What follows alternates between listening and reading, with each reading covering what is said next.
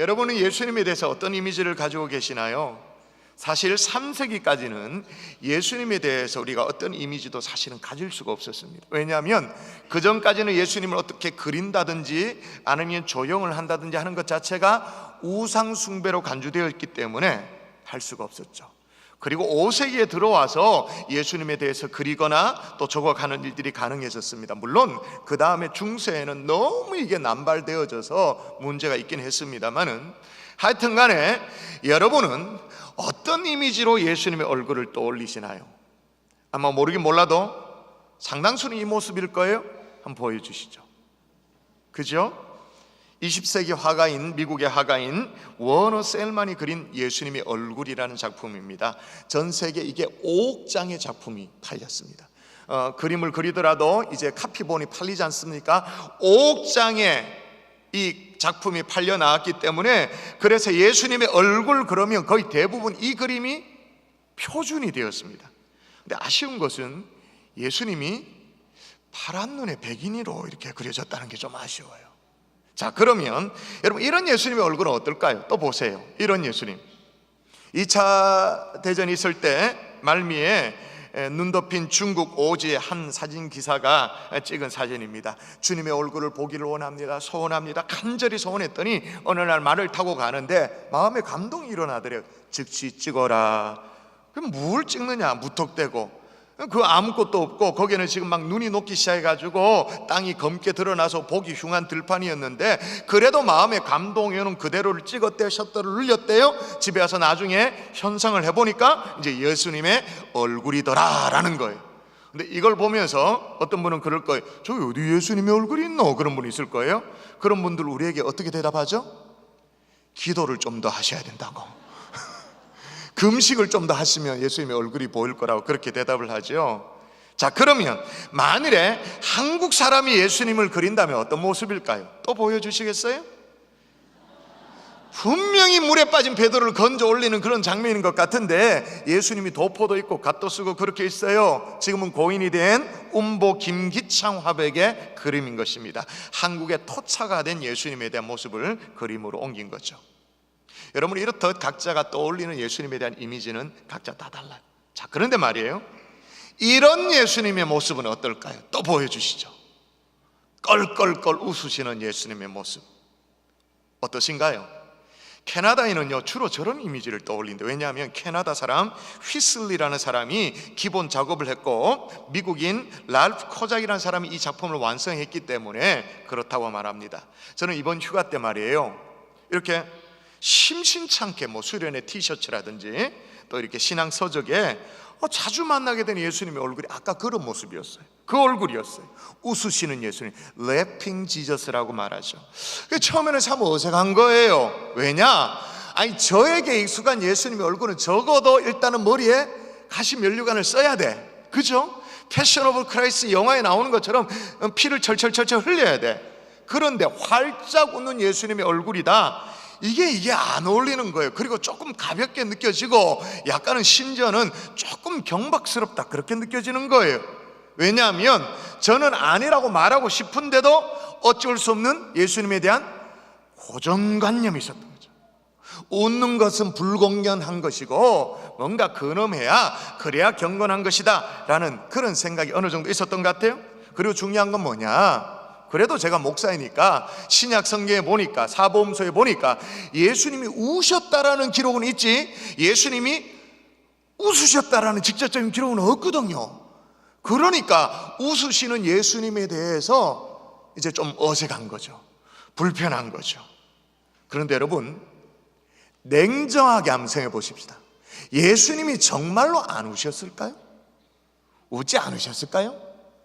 33년 공생애를 사시는 동안, 그죠? 사시고 3년 동안 공생애를 사시는 동안 전혀 웃지 않으셨을까요? 자, 오늘 그 부분에 대한 오해를 완벽하게 풀어주는 본문이 오늘 본문이에요. 자, 예수님의 제자들이 70명의 제자들이 이제 전도하러 갔습니다. 그리고 70명의 제자들이 예수님의 명령대로 복음을 전하고 돌아와서 막 이렇게 얘기합니다. 막 흥분해가지고 이렇게 얘기해요. 같이 읽어볼까요? 시작.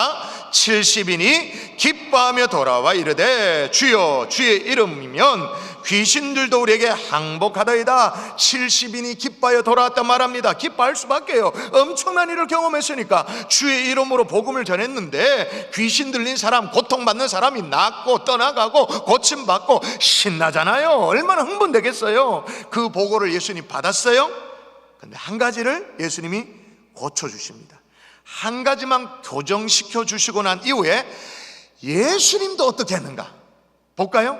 자, 그때에라고 그 시점을 정확하게 합니다. 그때에 예수께서 성령으로 기뻐하시며. 할렐루야. 자, 기뻐하셨다. 성령으로 기뻐하셨다. 자, 예수님의 얼굴이 어떠했을까요? 어떻게 기뻐하셨을까요? 1번 인상 쓰며 기뻐하셨다. 2번 짜증내며 기뻐하셨다. 3번 울면서 울면서 기뻐하는 건 가능해요. 왜냐하면 이제 너무 막 기쁘면, 진짜로 막 기쁘면, 그죠? 울적할 때도 있으니까, 막 이렇게 올라올 때도 있으니까. 근데 정상적으로는 4번 뭘까요? 웃으며 기뻐하셨다. 따라 하십시다. 예수님도 기뻐하셨다. 한 번 더 기뻐하셨다. 동의가 되십니까? 여러분, 예수님이 이 땅에 십자가를 지시기 위해서 오셨는 건 맞습니다. 십자가를 지기 위해서 오셨습니다. 그러나 예수님이 밤낮 이 땅에 사는 동안 십자가의 고난만 계속 생각했을까요? 그래서 늘 심각한 표정이었을까요? 그랬다면 예수님 12제자들 다 꽁무니 빼고 도망가고 없죠. 부담스러워서 어떻게 같이 있어요? 예수님이 잔치집에 초청을 많이 받으셨어요. 자주 잔치집에 초청을 받으셨는데, 초청을 받으셔가 그때마다 막 근엄한 표정으로 인상을 확 쓰고 그래 앉아 계셨을까요? 십자가의 고난, 죽음 이것만 생각하고 그랬을까요? 그리고 그런 집에 초청을 받았으면, 만일 예수님이 그렇게 계셨다면 함께 식사했던 제자들 다 체해가지고 밥 먹고는 가스명수 달라고, 소화제 달라고 막 난리였을 거예요. 여러분, 그러면 잔치집에 초치는 거잖아요. 아마 예수님이 그렇게 했다면 일파만파 소문이 퍼져가지고는 누구도 다시는 예수님을, 예수라는 양반을 초청하지 말라, 뭐 그렇게 됐을 거예요. 그런데 여러분, 예수님의 생애를 보시면 거의 생애 말미까지도 잔치집에 초청을 받습니다. 그 말은 뭔 말이죠? 예수가 좋다 그 말이에요. 사람들이 예수란 사람하고 같이 있고 싶었던 거예요. 그 당시 사람 그만큼 유쾌했고 흥겨웠고 좋았고, 그래서 사람들이 예수님과 함께 하고 싶었고 너무너무 좋았던 거죠. 같이 있고 싶고 식사도 같이 하고 싶고 함께 있으면 좋고 그랬던 거죠. 거기다가 영적인 어떤 갈증, 하나님 나라의 복음을 소개받으니까 영적인 갈증도 체험받으니까 잔치집에 초청을 하는 거죠. 오늘 본문에 보니까 이 두 종류의 기쁨이 나와요. 제자들도 기뻐했고 예수님도 기뻐했습니다. 그런데 17절에 보면 제자들이 기뻐했는데 70인이 기뻐하고 돌아와 라고 말할 때, 그때 기뻐하다는 말은 좀 달라요. 카라예요. 카라. 와이셔츠 카라 이게 아니고, 카라 뭐죠? 여성 보컬 그룹 이름 카라잖아요. 맞아요. 그 단어로 카라를 정했어요. 어떤 뜻일까요? 기쁨이란 뜻이에요. 그죠? 근데 21절에 나오는 그때 예수께서 성령으로 기뻐하셨다라고 말할 때 이 기뻐하다는 일반적인 카라 그 뜻이 아니에요. 아갈리아오라는 원어입니다. 어감이 좀 그래요. 아갈리아오 뭐 좀 그렇죠. 아가리 뭐 그런 것 같고, 그죠? 단어가 좀 그래요. 하여튼 읽어보면. 그런데 이게 합성어라서 그래. 어떻게 합성어냐? 높이다라는 뜻의 아갈로라는 단어와 껑충껑충 점프한다, 뛴다라는 의미의 할로마이가 합쳐져 가지고 기쁨이란 뜻이 되어져요. 그러면 어떻게 기쁘다는 뜻이죠? 너무 기뻐서 껑충껑충 뛸 정도로 기쁘다고 말해요. 너무 막 넘쳐나는 기쁨이 있어서 막 가슴에 격동이 일어나는 그런 기쁨을 얘기하고 있는 거예요. 예수님이 그렇게 기쁠 수밖에 없었죠. 귀신들을 쫓아냈으니까. 자신의 제자들이 귀신들을 쫓아내고 하나님 나라의 복음을 힘있게 전하니까 껑충껑충 뛰듯이 막 넘쳐나는 기쁨이 있을 수밖에 없었던 거죠. 자, 그러면 그렇게 껑충껑충 뛰듯이 기뻐하셨던 예수님, 그때 예수님의 얼굴이 어떤 얼굴이었을까? 여전히 폼 잡고 근엄한 표정으로, 속으로는 즐거운데 속으로는 웃고 싶은데 표정은 다 말하고, 그렇게 했었을까요? 그죠? 아니죠. 만일 그렇게 했다면 예수님 십자가 지시기 전에 이미 그죠? 겉과 속이 달라가지고 돌아가셨을지도 몰라. 저는 확신합니다. 예수님의 얼굴이 어떤 예수님의 얼굴이었을까? 환하게 웃으시는 예수님의 얼굴. 동의하십니까?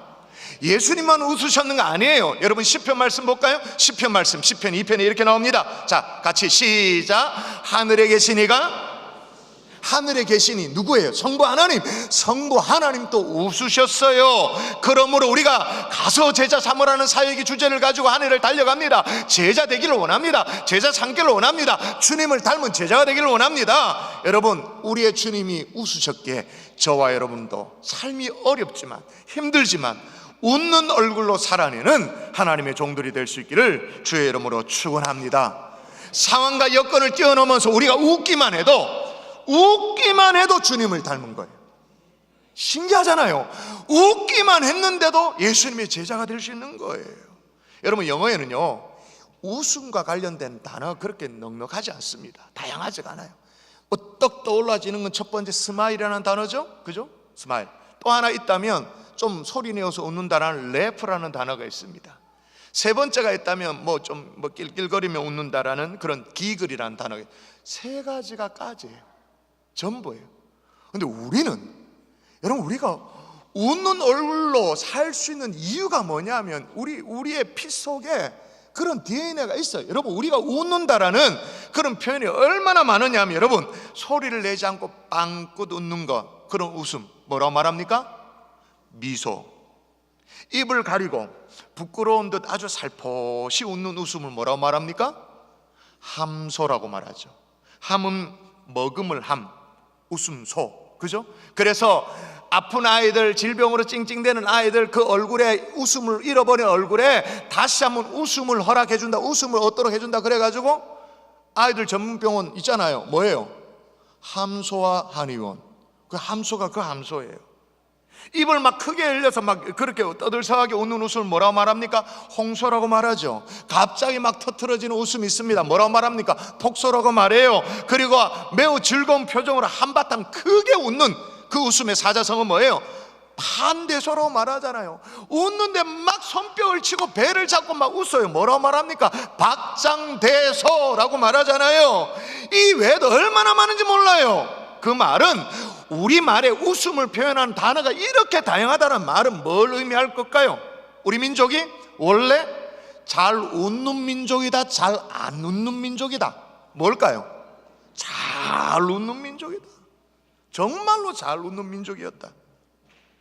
근데 살다 보니 쪼그라들어가지고, 그죠? 원래는 그런 DNA가 있습니다만은 살다 보니 세상살이에 쪼그라들어가지고 판대소를 잃어버렸어요.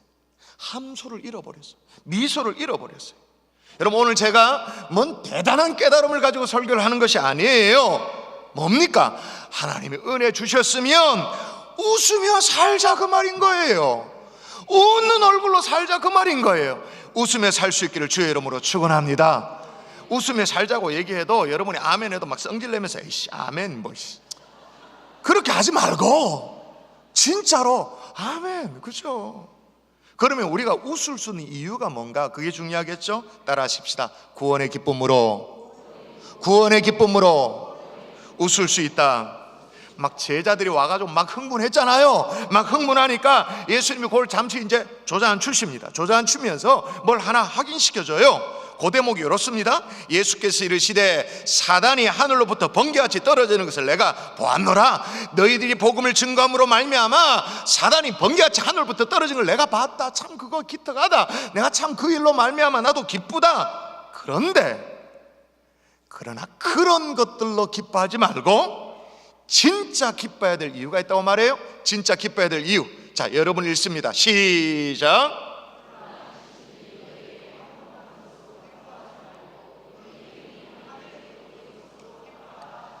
아멘. 여러분, 이 대목이 재밌는 게 자막을 좀 유지해 주실 거예요. 그죠? 자, 이게요.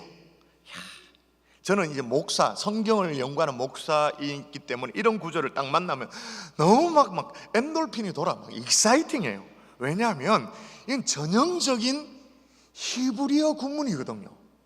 근데 여러분, 누가복음이에요. 신약은 헬라어잖아요, 언어가.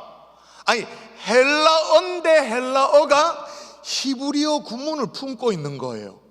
막 신나지, 이런 거 찾으면.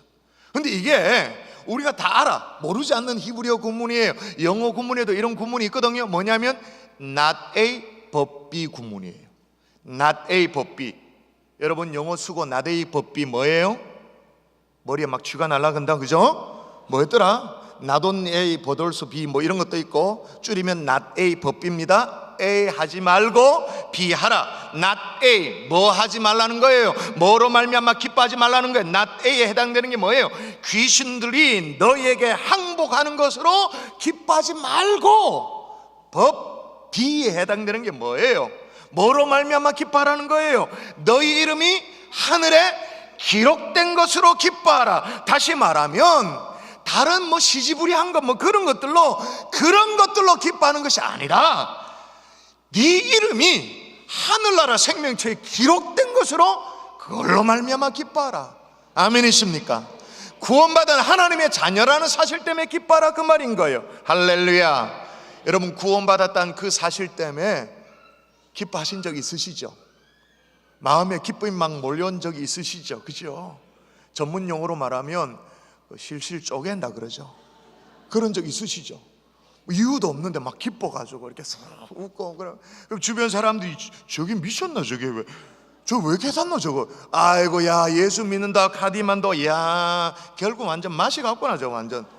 이런 얘기를 듣는 그런 시절이 있었. 좋으니까, 너무 좋으니까.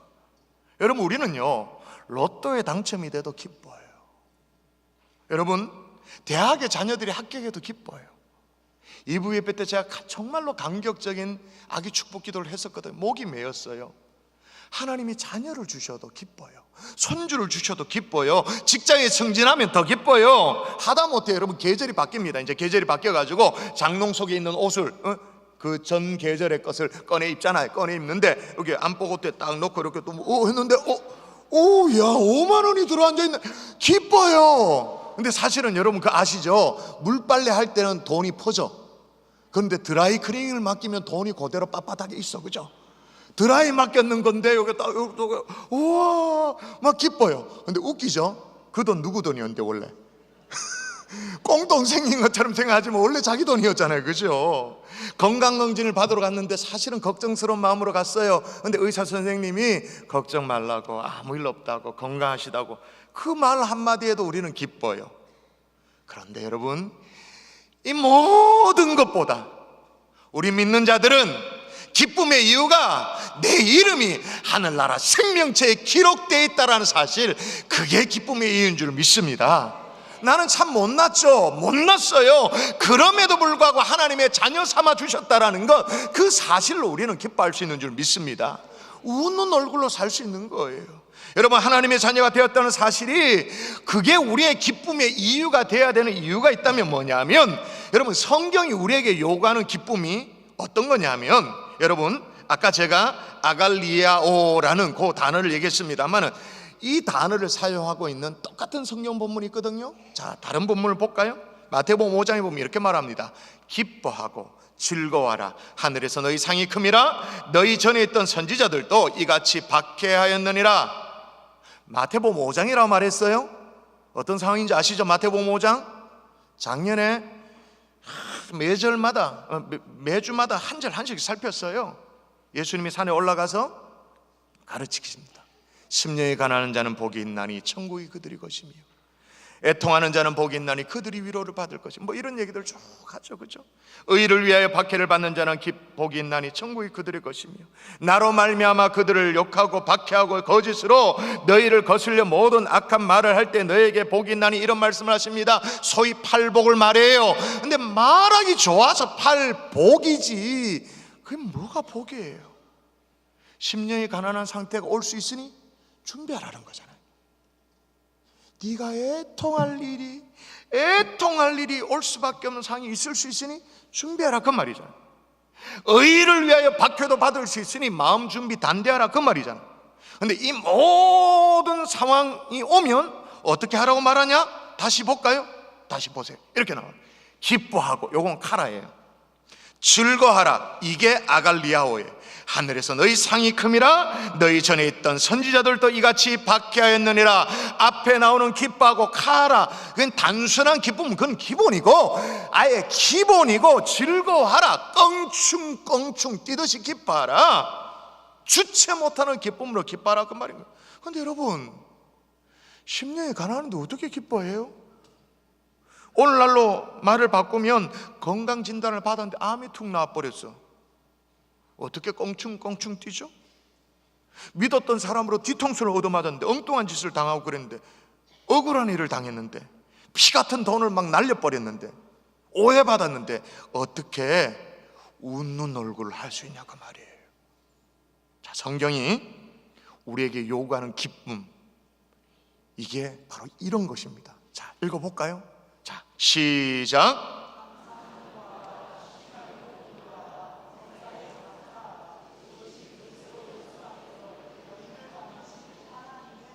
예, 여러분 삼중 강조 아시겠어요? 기쁜 것도 기쁜 거고, 기도하는 거, 뭐 감사하는 것도 다 하는데, 사실 이 성경에서 더 강조하는 게 뭐냐? 항상 쉬지 말고 범사에, 뭐예요? 항상성이에요. 이것이 그리스도 예수 안에서 너희를 향한 하나님의 뜻이다. 여러분, 어떻게 항상 기뻐할 수 있어요? 어떻게 기쁨의 항상성이 담보될 수 있어요? 환경으로는 우리는 그렇게 못합니다. 우리의 처지를 바라보면 어떻게 항상 기뻐하나요? 상황을 보면 그렇게 못하죠. 그러나 영원히 흔들리지 않는, 누구도 흔들 수 없는 우리의 구원, 하나님의 자녀됨, 이거 바라보면, 주님의 얼굴을 바라보면 기뻐할 수 있는 줄 믿습니다. 항상 기뻐할 수 있는 줄 믿습니다. 그래서 로마서가 이 얘기를 하는 거, 이 맥락이거든요. 같이 또 읽어보십시다. 같이 시작. 하나님의 나라는 먹는 것과 마시는 것이 아니요 오직 성령 안에 있는 의와 평강과 희락이라. 할렐루야. 하나님의 나라는 먹는 것과 마시는 것이 아니다. 먹는 것과 마시는 것, 이 뭐예요? 상황이 아니단 말이에요. 환경이 아니란 말이에요. 지금의 내 처지, 그런 것이 아니란 거예요. 뭐예요? 하나님 나라는 오직 성령 안에서 의와 평강과, 마지막에 뭐라고요? 희락이니라. 변개치 않는 구원의 기쁨이, 이게 하나님 나라다. 할렐루야. 여러분, 세상은요, 웃음과 관련된 얘기를 하고 설명할 때 뭐 웃음에 대해서 뭐 마케팅을 얘기합니다. 웃음의 효과를 얘기합니다. 웃음의 어떤 긍정적인 면들을 얘기하면서 우리가 웃으며 살자, 뭐 이런 얘기를 합니다. 뭐 틀리진 않았죠. 뭐 예를 들면 이런 얘기를 해요. 야구를 좋아하세요? 야구? 일본 리그에 지금 1위를 달리고 있는 야구팀이 있어요. 우리가 들어봤을 법한 뭐 지바 롯데도 아니에요. 요미우리 자이언츠 뭐 이런 팀도 아니에요. 지금 1위가 어디냐? 히로시마 도요카프라는 팀입니다. 그런데 여러분, 이 히로시마라는 팀이요, 1950년에 창단, 굉장히 오래 했죠. 50년에 창단을 했는데도 그 이후로 수십 년째 한 번도 1등을 못해요. 거의 꼴찌야. 저 변두리 하위 팀이에요. 신통찮은 그런 팀이었어요. 뭐 우승을 거의 못. 그런데 2016년에 이 팀이 우승을 해요. 그리고 2017년 작년에 또 우승을 해요. 원래 여전히 1등이에요. 그래서 히로시마 야구팀이 어떻게 이렇게 강팀이 됐는가, 어떻게 그렇게 됐는가, 그 비결을 사람들이 연구를 합니다. 그리고 자신들도 그 비결을 얘기하는데 그게 억수로 의외예요. 웃기는 얘기를 해요. 우리 팀이 강팀이 된 비결은 웃음 훈련이다, 이러는 거예요. 웃음 훈련. 웃기잖아요. 근데 뭐라고, 경기에 임하기 전에 크게 껄껄껄 웃는 그런 결의를 다짐하는 그런 훈련을 했다라는 거예요. 아니, 웃는 게 무슨 결의를 다짐합니까? 그냥 웃으면 되는 거지. 근데 웃는 결의를 다짐하고 그렇게 훈련했다는 거예요.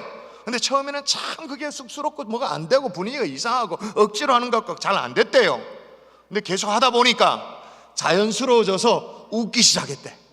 경기 들어가기 전에 감독이고 코치고 팀원들이 다 웃기 시작했대. 팀 분위기가 자연스럽게 좋아지더래요. 그리고 난 이후에 개인 성적이 올라가더래요. 그 다음에 어떻게 해요? 우승. 작년에 우승, 올해도 1위. 여러분, 한때 유럽 축구에 아주 축구 황제라고 불렸던 호나우딩요라는 선수를 알 거예요. 때로는 발음에 따라서 호나우지유라고 발음하기도 하는데, 이 사람이요 이렇게 얘기해요. 웃으며 공을 차면 힘이 솟는다. 그래 얘기해. 나는 웃으며 공을 차면 힘이 솟더라. 같은 원래예요. 여러분 미국 풋볼의 MVP, 여러분 미국 풋볼의 MVP는요 거의 미 대통령급만큼이나 그 미국 국민들로부터 사랑받고 존경을 받는 거죠. 근데 한때 한인 2세가 받았잖아요. MVP 알죠? 하인즈 워드라는 사람 아시잖아요. 어머니가 한국 사람이었어요. 그래서 소수 민족의 서름 그 가운데서도 정말 미 주류 사회에서 어깨를 탁 펴고 MVP를 땄는데, 인터뷰에서 뭐라고 말하냐면 상대가 깊게 태클을 해도 밝게 웃으면 괴력이 발휘되었습니다 그러는 거예요. 그래서 하인즈 워드의 평상시의 표정이 늘 이래요. 보여주세요. 저렇게 웃어요. 저분이 어머님이거든요. 한국에 와서 한복 입고 좋다고 또 웃고 있는 거예요. 근데 이게 왜 확실하냐면 선수 시절에 이 하인즈 워드의 별명이 뭐였냐면 미소 짓는 암살자였습니다. 스마일 어세신이라고. 아니 미소 짓는 암살자, 이 두 개부터 이상하잖아요.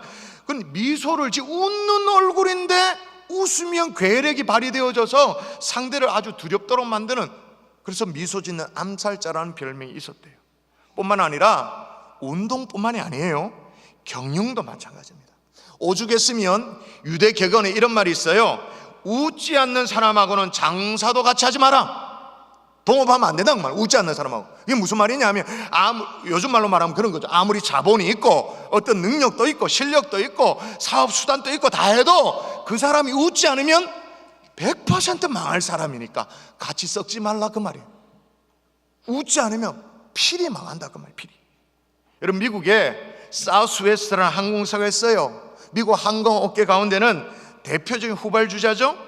그런데 이게 어떻게 이제 후발주자로 이제 이 항공업에 뛰어들었냐면 기내 서비스를 최소화하는 최저가 항공사로 시작을 한 거예요. 주변의 사람들이 다 망한다 그랬죠. 안 된다고 다 그렇게 얘기했어요. 근데 특별히 9.11 테러 이후에 후발주자인데, 후발 항공사인데 9.11 테러를 맞았잖아요. 된통당했잖아요. 그러니까 그 당시에 모든 항공사 다 적자였어요. 근데 희한하죠. 유독 사우스웨스트만 흑자를 내는 거예요. 성공의 비결이 뭐냐? 이 회사는요 직원을 채용할 때 스튜디오스 뭐 이런 거 채용하잖아요. 채용할 때 기준이 뭐냐? 유머 감각이 기준이에요. 사람들을 즐겁게 할 수 있는가? 여러분 사실은요 우리가 이렇게 비행기도 타보고 하면 그 지루한 탑승 시간, 긴장감이 흐르는 시간, 그럴 때 있잖아요. 그때 실제로 사우스웨스트의 이 스튜디오스는 안내 방송을 하는데, 예를 들면 이런 안내 방송을 하는데요. 금년에 대한 이제 당부를 할 때, 금년 안내 방송을 할 때 이렇게 하는 거예요. 제가 그대로 옮겨볼게요. 손님들께서 부득이 담배를 피우고 싶다면 비상구 밖 테라스에서 바람과 함께 사라지다는 영화를 감상하시면서 피우시길 바랍니다. 그걸 그냥 하는 거예요. 그냥. 또 아까 얘기했잖아요. 그 기내 서비스 다 없애고 최저가 항공사로서 이제 런칭했다 그랬잖아요. 또 이렇게 저희 승무원들의 서비스가 마음에 들지 않으면 양쪽에 준비된 비상구를 통해서 뛰어내리시기를 바랍니다. 뭐 이렇게. 유머가 몸에 배인 사람들. 그리고 또 재미난 이벤트도 하는데, 여러분 길게 비행기 타고 가면 지루하고 몸도 찌뿌둥하고 그러잖아요. 근데 찌뿌둥할 틈이 없대요. 뭐 어떤 이벤트도 하냐면, 예를 들면 기내 화장실에 이쪽 화장실 이쪽 화장실에서 어느 팀이 화장실에 많은 사람이 들어가냐 이래가지고 한 화장실 안에 몇 명까지 들어가느냐 시합 붙이고 뭐 이래가지고 그 지루한 이 비행 시간을 마치 뭐 디즈니랜드 온 것처럼 막 익사이팅하게 그렇게 보내도록 그렇게 만들어 버린대요. 근데 이걸 사우스웨스트 항공사가 스튜디오스에게, 직원들에게, 승무원에게 그런 거 해야 된다고 얘기가 하는 게 아니고 승무원 자체가 좋아가지고 재미나서 하는 거예요. 그래서 지금은 흑자 정도가 아니고요 세계 3위 항공사가 됐어요. 화물 운송 이런 항공 말고 여객 운송만은, 여객 사람과 사람이 대면하는 여객 운송으로는 세계 3위 후발주조인데도 3위 항공사가 된 거예요. 여러분 세상은 이렇듯이 웃음의 마케팅을 얘기합니다. 왜 웃으며 살아야 되냐? 효과를 얘기합니다. 사실 효과도 있어요.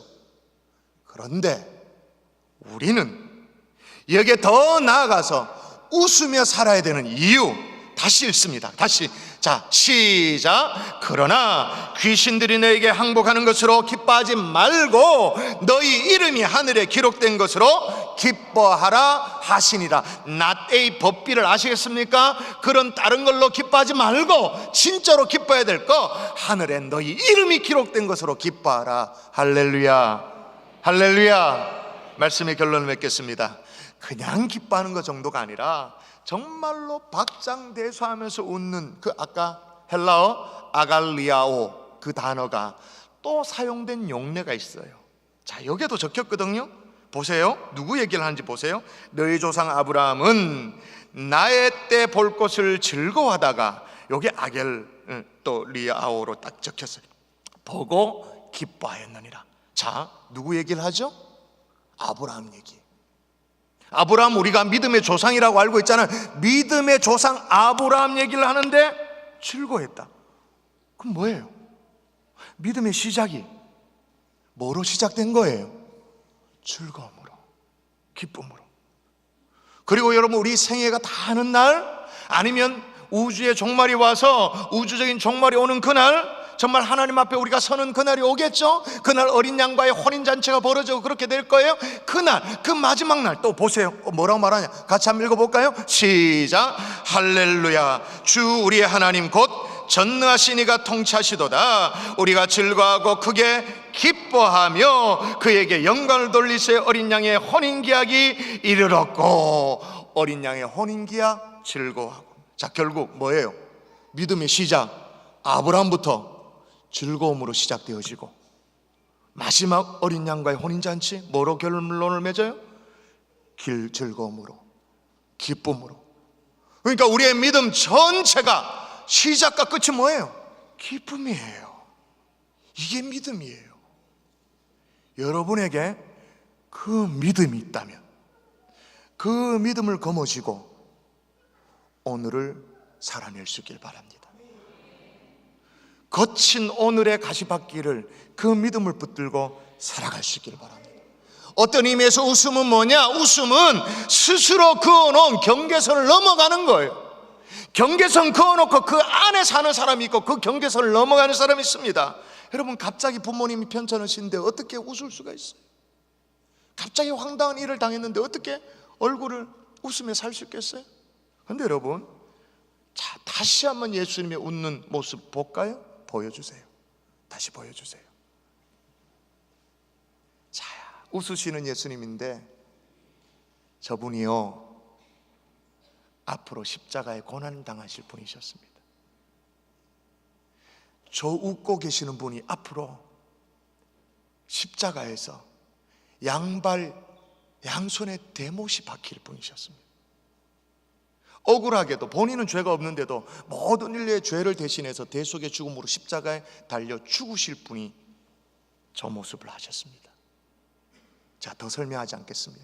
이게 신앙의 비밀입니다. 우리가 웃을 일만 있어서 살아간다, 웃는다, 그 말을 하는 게 아니에요. 어렵죠. 가시밭길입니다. 그러나 이 비밀을 알기에 오늘을 살되 웃는 얼굴로 살아내는 하나님의 종들 될 수 있기를 주의 이름으로 축복합니다.